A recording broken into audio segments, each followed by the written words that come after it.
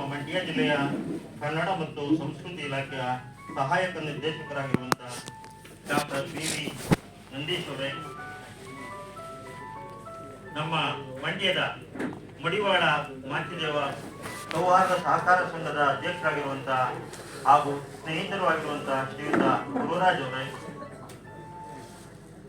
D Devaraju Arasu ಹಿಂದುಳಿದ ವರ್ಗಗಳ ವೇದಿಕೆಯ ಅಧ್ಯಕ್ಷರಾಗಿರುವಂತಹ ಆತ್ಮೀಯ ಗೆಳೆಯರು ಆಗಿರುವಂತಹ ಶ್ರೀಯುತ ಸಂದೇಶ್ ಅವರೇ, ಜಿಲ್ಲಾಧ್ಯಕ್ಷರು ಆತ್ಮೀಯ ಮಿತ್ರರು ಆಗಿರುವಂತಹ ಶ್ರೀಯುತ ರವಿ ಎಂಎನ್ ಅವರೇ, ಹಾಗೂ ಸ್ನೇಹಿತರು ಖಜಾಂಚಿಗಳು ಆಗಿರುವಂತಹ ಶ್ರೀಯುತ ರಮೇಶ್ ಅವರೇ, ವೇದಿಕೆ ಮೇಲೆ ಆಸೀನರಾಗಿರುವ ಇತರ ಗಣ್ಯರೇ, ಹಾಗೂ ಇಲ್ಲಿ ಆಗಮಿಸಿರುವಂತಹ ಎಲ್ಲ ಬಂಧುಗಳೇ, ತಮ್ಮೆಲ್ಲರಿಗೂ ಕೂಡ ಮಡಿವಾಳ ಮಾಚಿದೇವರ ಜಯಂತಿಯ ಶುಭಾಶಯಗಳನ್ನು ತಿಳಿಸ್ತಾ, ಎನ್ನ ಕಾಯವ ಶುದ್ಧವ ಮಾಡಿದಾತ ಮಡಿವಾಳ, ಎನ್ನ ಮನವ ನಿರ್ಮಲವ ಮಾಡಿದಾತ ಮಡಿವಾಳ, ಎನ್ನಂತರಂಗವ ಬೆಳಗಿದಾತ ಮಡಿವಾಳ, ಎನ್ನ ಬಹಿರಂಗವ ಬಿಡಿಸಿದಾತ ಮಡಿವಾಳ, ಕೂಡಲ ಸಂಗಮ ದೇವ ಎನ್ನ ನಿಮಗೆ ಯೋಗ್ಯನ ಮಾಡಿದಾತ ಮಡಿವಾಳ. ಬಸವಣ್ಣನವರು ಮಡಿವಾಳ ಮಾಚಿದೇವರಿಂದ ತಮ್ಮ ಮೇಲಾದಂತ ಪ್ರಭಾವವನ್ನು ಕುರಿತು ಬರೆದಿರುವಂತ ಈ ವಚನವನ್ನ ತಮ್ಮೊಂದಿಗೆ ಸ್ಮರಿಸಿಕೊಳ್ಳುತ್ತಾ ನನ್ನ ಉಪನ್ಯಾಸವನ್ನ ಪ್ರಾರಂಭ ಮಾಡ್ತೀನಿ. ಬಂಧುಗಳೇ, 12ನೇ ಶತಮಾನ ಬಸವಣ್ಣನವರ ನಾಯಕತ್ವದಲ್ಲಿ ಸಂಘಟಿತವಾದಂತ ವಚನ ಚಳವಳಿಯ ಒಂದು ಮಹತ್ವವಾದಂತ ಸಾಮಾಜಿಕ ಕ್ರಾಂತಿ, ಸಾಂಸ್ಕೃತಿಕ ಕ್ರಾಂತಿ ಮತ್ತು ಅಕ್ಷರ ಕ್ರಾಂತಿ. ವಚನ ಅಂದ್ರೆ ಮಾತು, ಆದ್ರೆ ಇಲ್ಲಿ ಕ್ರಾಂತಿಯ ಕಿಡಿಯನ್ನ ಹೊತ್ತಿಸಿದಂತ ಮಾತುಗಳು ವಚನಗಳಾದವು. ವಚನ ಪರಂಪರೆ ಕೇವಲ ಜಾತಿಯ ಕಟ್ಟಳೆಗಳನ್ನ ಕಳಚಲು ಉಂಟಾದಂತ ಏರ್ಪಾಟಾದಂತ ಧಾರ್ಮಿಕ ಪರಂಪರೆ ಅಷ್ಟೇ ಅಲ್ಲ, ಇದು ಅತ್ಯಂತ ಸೃಜನಶೀಲವಾದಂತ ಸಾಹಿತ್ಯದ ಸಂಚಲನವನ್ನು ಕೂಡ ಉಂಟು ಮಾಡಿದಂತ ಒಂದು ಅಕ್ಷರ ಕ್ರಾಂತಿಯು. ಶಿವನನ್ನ ನಂಬಿ ಬಂದವರೆಲ್ಲ ಒಂದೇ ಎನ್ನುತ್ತಾ ಪರಿಭಾವಿಸಿದ, ಎಲ್ಲರೂ ಕೂಡ ಒಂದು ಹೊಸ ಸಂಸ್ಕೃತಿಯ ವಿನ್ಯಾಸವನ್ನ ರೂಪಿಸಿದ, ಅದೇ ಒಂದು ಜೀವನ ವಿಧಾನ ಆಗುತ್ತೆ. ಅನುಭವಗಳಿಗೆ ನುಡಿ ರೂಪವನ್ನ ಕೊಟ್ಟವರು ಆತ್ಮಜ್ಞಾನಿಗಳಾಗಿರುವಂತ ಅಲ್ಲಮ ಪ್ರಭುಗಳು. ಇವರ ಜೊತೆಗೆ ಬಸವಣ್ಣನವರ ಭಕ್ತಿ ಜ್ಞಾನ ಜೊತೆಯಾಗಿ ಪ್ರಜಾಪ್ರಭುತ್ವದ ಸ್ವರೂಪ ಸಿಕ್ಕಿ ಅದು ಅನುಭವ ಮಂಟಪಕ್ಕೆ ಒಂದು ವೇದಿಕೆಯಾಗುತ್ತೆ.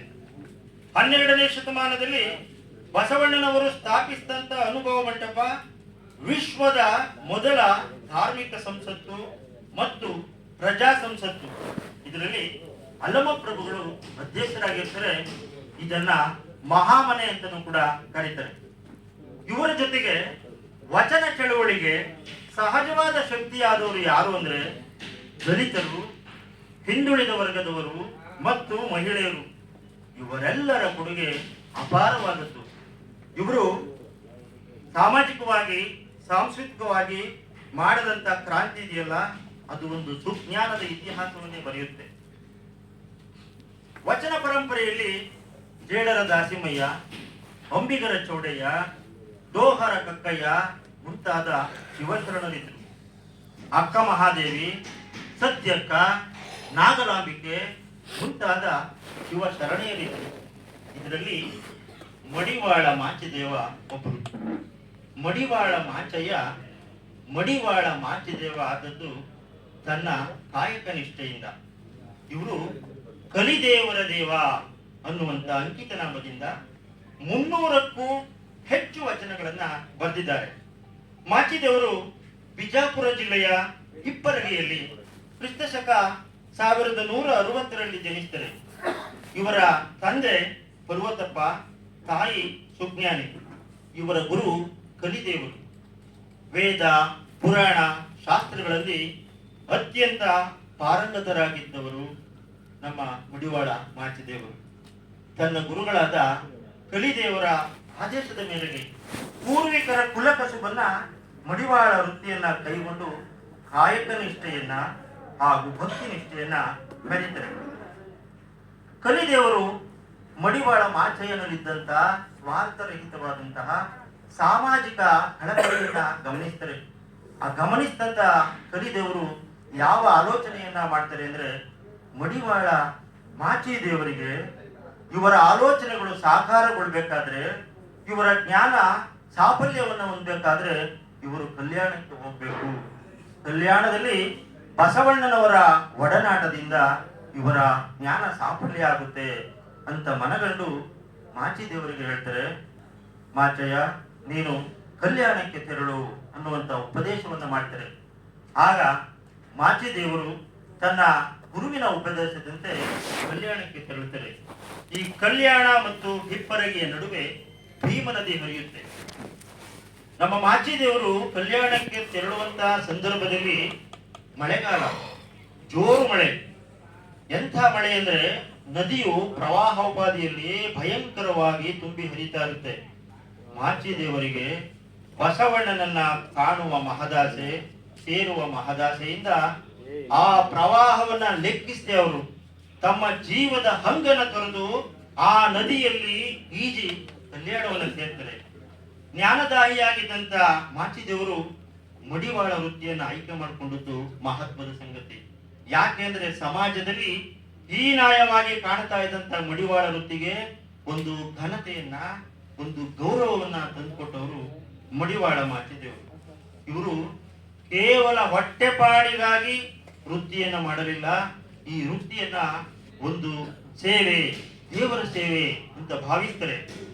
ಆಯ್ದಕ್ಕಿ ಮಾರಯ್ಯ ಮೊಟ್ಟ ಮೊದಲ ಬಾರಿಗೆ ಕಾಯಕವೇ ಕೈಲಾಸ ಅನ್ನುವಂತ ಪರಿಕಲ್ಪನೆಯನ್ನು ನೀಡ್ತಾರಲ್ಲ, ಆ ಪರಿಕಲ್ಪನೆಯನ್ನ ಅಕ್ಷರಶಃ ಜಾರಿಗೆ ತಂದವರು ಮಡಿವಾಳ ಮಾಚಿದೇವರು. ಮಡಿವಾಳ ಮಾಚಿದೇವರು ತಮ್ಮದೇ ಆದಂತೆ ಕೆಲವು ನಿಬಂಧನೆಗಳನ್ನು ಇಟ್ಕೊಂಡು ತಮ್ಮ ಮಡಿವಾಳ ಕಾಯಕವನ್ನು ಮಾಡ್ತಾ ಇದ್ರು. ನಮಗೆ ಕುತೂಹಲ ಆಗುತ್ತೆ, ಹೌದಾ ಮಾಚಿದೇವರಿಗೆ ಕಾಯಕ ಮಾಡೋಕೆ ನಿಬಂಧನೆಗಳಿದ್ವು ಅಂತ.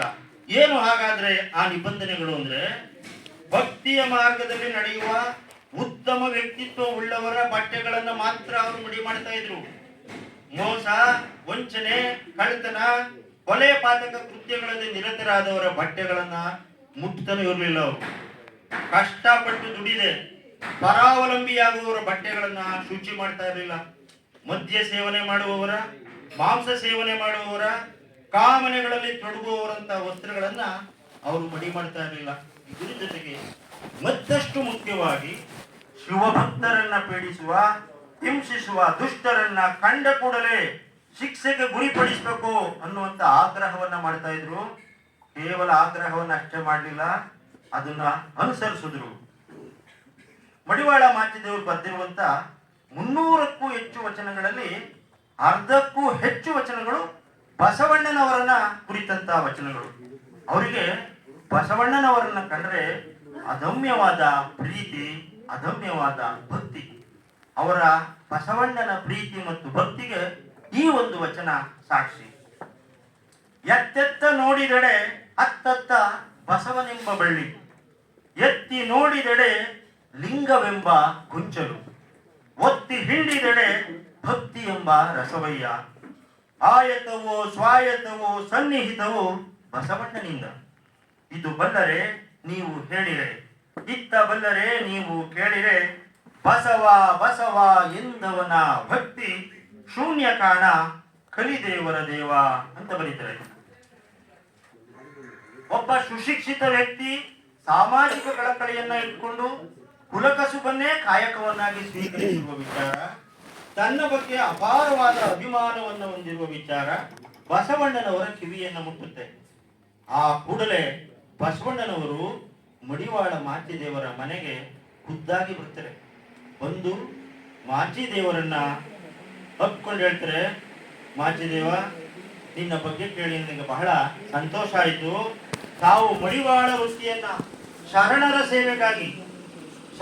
ಸೇವೆಗಾಗಿ ಮಡಿವಾಳ ವೃತ್ತಿಯನ್ನ ನೀವು ಆಯ್ಕೆ ಮಾಡಿಕೊಂಡಿದ್ದೀರಲ್ಲ, ಅದಕ್ಕೆ ನಾನು ನಿಮ್ಮನ್ನ ಅಭಿನಂದಿಸ್ತಾ ಇದ್ದೀನಿ ಅನ್ನುವ ಮಾತನ್ನ ಹೇಳೋದ್ರ ಜೊತೆಗೆ ಅನುಭವ ಮಂಟಪಕ್ಕೆ ತಾವು ಸದಸ್ಯರಾಗಬೇಕು ಅನ್ನುವಂತ ಆಹ್ವಾನ ಕೊಡ್ತಾರೆ. ಮಾಚಿದೇವರು ಅನುಭವ ಮಂಟಪದ ಸದಸ್ಯರಾಗಿ ತಮ್ಮ ವೃತ್ತಿನಿಷ್ಠೆಯನ್ನ, ಭಕ್ತಿನಿಷ್ಠೆಯನ್ನ ಮತ್ತಷ್ಟು ಹೆಚ್ಚು ಮಾಡ್ಕೊಳ್ತಾರೆ. ಮಾಚಿದೇವರು ದಾರಿಯಲ್ಲಿ ಹೊರಟಾಗ ಶರಣರ ಬಟ್ಟೆಯ ಜೊತೆಗೆ ಎಡಗೈಯಲ್ಲಿ ಗಂಟೆಯನ್ನು ಬಲಗೈಯಲ್ಲಿ ಕತ್ತಿಯನ್ನು ಝಳಪಿಸ್ತಾ ಅವರು ವೀರಗಾಸೆಯನ್ನ ತೊಟ್ಟು ಕೊರಳಿಗೆ ರುದ್ರಾಕ್ಷಿ ಮಾಲೆಯನ್ನ ಹಣೆಗೆ ವಿಭೂತಿಯನ್ನ ಧರಿಸಿ ರಸ್ತೆನಲ್ಲಿ ಬರ್ತಾ ಇದ್ರೆ ನೋಡಿದಂತ ಜನಸಮೂಹ ನಮಗೆ ಸಾಕ್ಷಾತ್ ವೀರಭದ್ರನನ್ನ ನೋಡಿದಂತಾಯಿತು ಅಂತ ಕೈ ಮುಗಿದು ಗೌರವಿಸ್ತಾ ಇದ್ದಂತೆ. ಇಂಥ ಬದಲಾವಣೆ ಆಯ್ತಾ ಆಯ್ತಾ ಕ್ರಮೇಣವಾಗಿ ನಮ್ಮ ಮಡಿವಾಳ ಮಾಚಿದೇವರಿಗೆ ವೀರಗಂಟೆ ಮಾಚಿದೇವ ಅನ್ನುವಂಥ ಹೆಸರು ಪ್ರಾಪ್ತಿಯಾಗುತ್ತೆ. ಮಡಿವಾಳ ಮಾಚಿದೇವರು ಶರಣ ಪೀಡಕರನ್ನು ದುಷ್ಟರನ್ನು ಕತ್ತರಿಸುವೆ ಅಂತ ವೀರ ಶಪಥವನ್ನ ಮಾಡ್ತಾರೆ, ಅದರ ಘೋಷಣೆಯನ್ನ ಮಾಡ್ತಾರೆ. ಇದಕ್ಕೆ ಹೆದರಿದಂತ ದುರಾಚಾರಿಗಳು ಕಲ್ಯಾಣದ ಬೀದಿಗಳಲ್ಲಿ ನಡೆದಾಡೋಕೆ ಹೆದರ್ಕೊಳ್ತಾ ಇರ್ತಾರೆ. ಜನಗಳ ಕಣ್ಣಿಗೆ ಮಡಿವಾಳ ಮಾಚಿದೇವರು ಒಬ್ಬ ನೀತಿ ಸುಧಾರಣೆಯ ನಾಯಕನಾಗಿ ಕಾಣ್ತಾರೆ, ಬೆಳೀತಾ ಹೋಗ್ತಾರೆ. ಬಂಧುಗಳೇ, ನಿಮ್ಗೆ ಗೊತ್ತಿರಲಿ, ಕತ್ತಿಯನ್ನ ಹಿಡಿದು ಶರಣರ ರಕ್ಷಣೆಗೆ ನಿಂತ ಏಕೈಕ ಶರಣ ಅಂದ್ರೆ ಮಡಿವಾಳ ಮಾಚಿದೇವರು.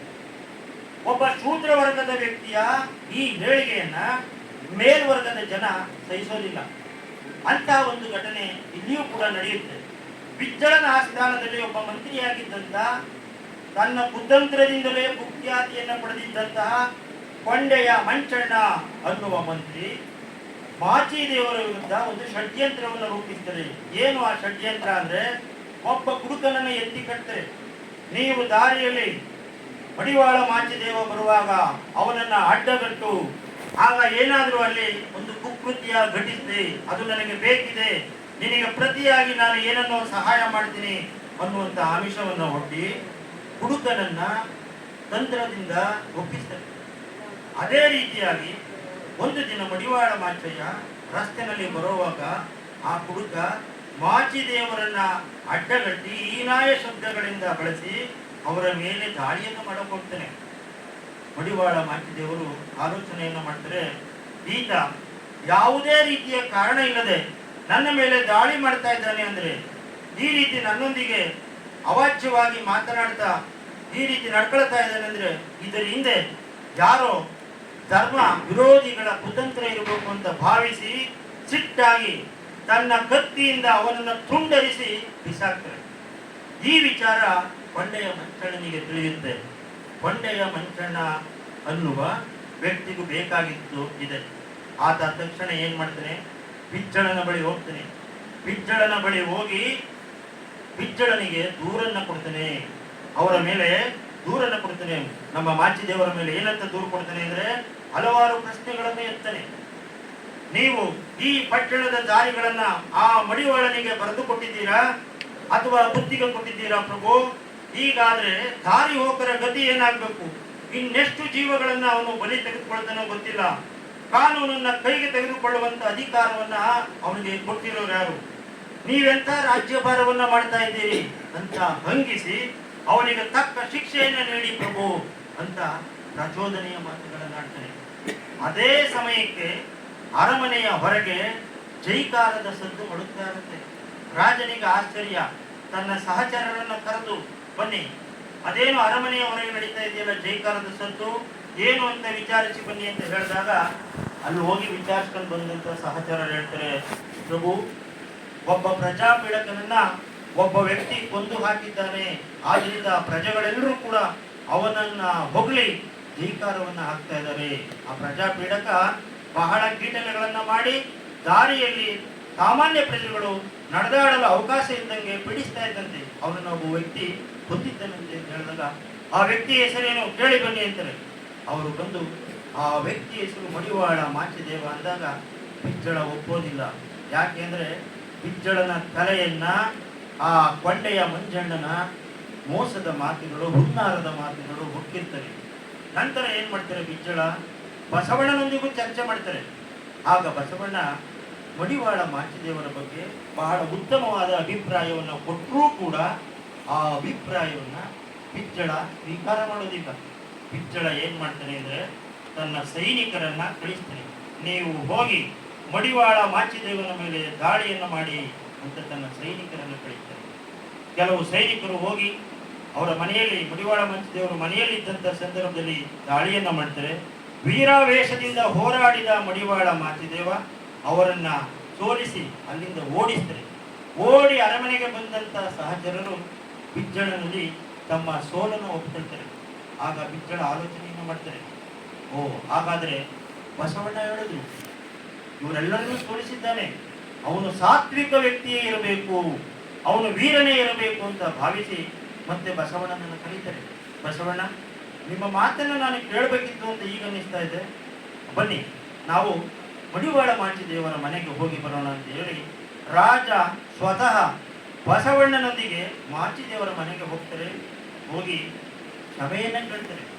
ಮಾಚಿದೇವ, ನಿನ್ನ ಬಗ್ಗೆ ನಾನು ತಪ್ಪಾಗಿ ತಿಳಿದುಕೊಂಡೆ. ಒಬ್ಬ ರಾಜ ಮಾಡಬೇಕಾದ ಕೆಲಸವನ್ನ, ರಾಜನ ಪರಿವಾರ ಮಾಡಬೇಕಾದ ಕೆಲಸವನ್ನ ತಾವು ಮಾಡ್ತಾ ಇದ್ದೀರಿ ಅನ್ನೋದು ಈಗ ನನಗೆ ಮನವರಿಕೆಯಾಗಿದೆ. ದಯಮಾಡಿ ನನ್ನನ್ನು ಕ್ಷಮಿಸಿ, ನೀವು ನನ್ನ ಅರಮನೆಗೆ ಬರಬೇಕು, ಅಲ್ಲಿ ಒಂದು ಹುದ್ದೆಯನ್ನು ಅಲಂಕರಿಸಬೇಕು ಅಂತ ಆಹ್ವಾನ ಮಾಡ್ತಾರೆ.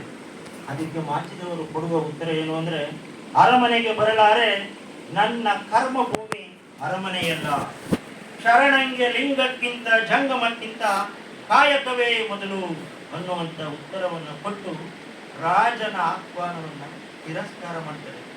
ಈ ರೀತಿಯಾಗಿ ತನ್ನ ಕಾಯಕ ನಿಷ್ಠೆಯಿಂದ, ಭಕ್ತಿ ನಿಷ್ಠೆಯಿಂದ, ಸಾಮಾಜಿಕ ಕಳಕಳಿಯಿಂದ ಮಡಿವಾಳ ಮಾಚಿದೇವ ಸಮಾಜದ ಸೇವೆಯನ್ನು ಮಾಡ್ತಾ ಇದ್ದಾರೆ. ಬಸವಣ್ಣನವರ ಮರಣದ ನಂತರ ಕಲ್ಯಾಣದಿಂದ ಅವರು ಉಳವಿಗೆ ಹೊರಡ್ತಾರೆ. ಅಲ್ಲಿ ಉಳವಿಗೆ ಹೋಗಿ ಶರಣರನ್ನ ಮತ್ತೆ ಸಂಘಟಿಸಿ ಚನ್ನ ಬಸವಣ್ಣನನ್ನ ಅಧ್ಯಕ್ಷನನ್ನಾಗಿ ಮಾಡಿ ಅಲ್ಲೊಂದು ಮಹಾಮನೆಯನ್ನ ಸ್ಥಾಪಿಸ್ತಾರೆ. ಯಾಕೆ ಅಂದ್ರೆ ವಚನ ಪರಂಪರೆಯ ಪುನರುಜ್ಜೀವನ ಆಗಲಿ ಅನ್ನುವ ಹೆಬ್ಬಯಕೆಯಿಂದ ಸ್ಥಾಪಿಸ್ತಾರೆ. ಮತ್ತೊಂದು ವಚನ ಪರಂಪರೆಗೆ ನಾಂದಿಯನ್ನು ಆಡ್ತಾರೆ. ಇಲ್ಲಿಗೆ ನನ್ನ ಕಾರ್ಯ ಮುಗೀತು ಅಂತ ಹೇಳಿ ಅವರು ಹಿಪ್ಪರಗಿಗೆ ತೆರಳುತ್ತಾರೆ. ಹಿಪ್ಪರಗಿಯಲ್ಲಿ ನಮ್ಮ ಮಡಿವಾಳ ಮಾಚಿದೇವರು ಲಿಂಗೈಕ್ಯರಾದರು ಅನ್ನುವಂಥ ಸಂಗತಿ ನಮಗೆ ತಿಳಿದು ಬರುತ್ತೆ. ಬಂಧುಗಳೇ, ಮಾಚಿದೇವರು ಬಟ್ಟೆಯ ಕೊಳೆಯನ್ನು ಮಡಿ ಮಾಡಿದವರೆಲ್ಲ ಸಮಾಜದ ಕೊಳೆಯನ್ನ ಮಡಿ ಮಾಡಿದರು. ಮಡಿವಾಳ ಮಾಚಿದೇವರ ವಚನಗಳ ಸಾರಗಳನ್ನು ನೋಡೋಣ. ಅವ್ರು ಹೇಳ್ತಾರೆ, ಆಚಾರಗಳು ಎಷ್ಟೇ ಇರಲಿ ಏನೇ ಇರಲಿ, ಅನಾಚಾರಗಳಿದ್ದರೆ ಅಲ್ಲಿ ಭಕ್ತಿ ಅನ್ನೋದು ಕೈ ತಪ್ಪಿ ಹೋಗುತ್ತೆ ಅನ್ನೋ ಅರ್ಥದಲ್ಲಿ ಬರೆದಿರುವ ಈ ವಚನವನ್ನು ಗಮನಿಸಿ. ಅರಸಿನ ಭಕ್ತಿ ಅಹಂಕಾರದಲ್ಲಿ ಹೋಯಿತು, ವೇಷಿಯ ಭಕ್ತಿ ಎಂಜಲತಿಂದಲ್ಲಿ ಹೋಯಿತು, ಬ್ರಾಹ್ಮಣನ ಭಕ್ತಿ ಮುಟ್ಟು ತಟ್ಟಿನಲ್ಲಿ ಹೋಯಿತು, ಶೀಲವಂತನ ಭಕ್ತಿ ಪ್ರಪಂಚನಲ್ಲಿ ಹೋಯಿತು, ಶೆಟ್ಟಿಯ ಭಕ್ತಿ ಕುಟಿಲ ವ್ಯಾಪಾರದಲ್ಲಿ ಹೋಯಿತು, ಇಂತಿವರ ಭಕ್ತಿಗೆ ಊರಿಂದ ಹೊರಗಣ ಗಮ್ಮನೆ ಸಾಕ್ಷಿ ಕಲಿ ದೇವರ ದೇವ ಅಂತ ಬರೀತಾರೆ. ಮಾಚಿದೇವರು ವಿಚಾರವಂತರಾಗಿದ್ದರು. ಅವರು ಮೌಢ್ಯಗಳನ್ನ ವಿರೋಧ ಮಾಡ್ತಾ ಇದ್ರು. ಮಾಚಿದೇವರಿಗೆ ಅರಿವಿನ ಮಹತ್ವ, ಆತ್ಮಜ್ಞಾನದ ಮಹತ್ವ ಚೆನ್ನಾಗಿ ತಿಳಿದಿತ್ತು. ಈ ಬಗ್ಗೆ ಅವರು ಬರೆದಿರುವ ಈ ವಚನ ಅತ್ಯಂತ ಪ್ರಭಾವಶಾಲಿಯಾದದ್ದು.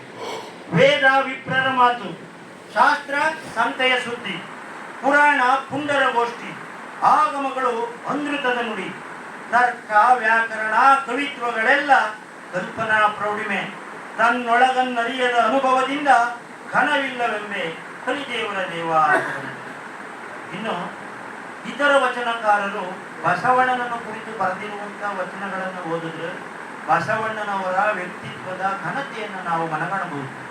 ಬಸವಣ್ಣನವರೇ ಬರೀತಾರೆ, ಮಡಿವಾಳ ಮಾಚಿ ತಂದೆಯ ಕೃಪೆಯಿಂದ ನಾನು ಬದುಕಿದನಯ್ಯ. ನೋಡಿ, ಮಡಿವಾಳ ತಂದೆ ಅಂತ ಸಂಬೋಧಿಸ್ತಾರೆ ಬಸವಣ್ಣ. ಮಡಿವಾಳ ಮಾಚಿ ತಂದೆಯ ಕೃಪೆಯಿಂದ ನಾನು ಬದುಕಿದನಯ್ಯ ಅಂತ ಬರೀತಾರೆ. ಇನ್ನು ಅಕ್ಕ ಮಹಾದೇವಿ ಕೂಡ ಮಡಿವಾಳಯ್ಯ ನನ್ನ ಹೆತ್ತ ತಂದೆ ಅನ್ನುವಂಥ ಮಾತನ್ನು ಅವ್ರು ಹೇಳ್ತಾರೆ.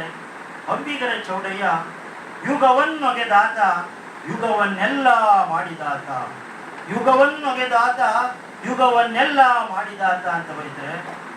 ನಾನು ಮತ್ತೊಮ್ಮೆ ನಿಮ್ಮೆಲ್ಲರಿಗೂ ಕೂಡ ನಿಮ್ಮೆಲ್ಲರ ಪರವಾಗಿ ನಾನು ಮಹಾಶರಣ ರಕ್ಷಕನಾಗಿದ್ದ ಮಾಚಿದೇವರನ್ನ ಸ್ಮರಿಸುತ್ತಾ ನಮಿಸುತ್ತೇನೆ. ನನ್ನ ಒಂದು ಕವಿತೆಯನ್ನು ವಾಚನ ಮಾಡಿ ಈ ನನ್ನ ಉಪನ್ಯಾಸವನ್ನು ಮುಕ್ತಾಯ ಮಾಡ್ತೀನಿ.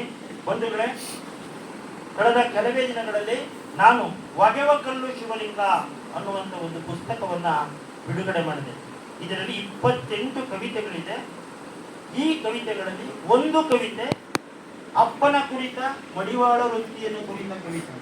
ಅದಕ್ಕೆ ನಾನು ಶೀರ್ಷಿಕೆಯನ್ನ ಒಗೆವ ಕಲ್ಲು ಶಿವಲಿಂಗ ಅಂತ ಕೊಟ್ಟಿದ್ದೇನೆ. ಈ ಕವಿತೆಯಲ್ಲಿ ನನ್ನ ಅಪ್ಪನ ವ್ಯಕ್ತಿತ್ವವನ್ನ ಮಡಿವಾಳ ವೃತ್ತಿಯ ಹಿನ್ನೆಲೆಯಲ್ಲಿ ಕಟ್ಟಿದ್ದೇನೆ. ಈ ಕವಿತೆಯನ್ನ ನಿಮ್ಮ ಮುಂದೆ ಈಗ ಓದ್ತೀನಿ.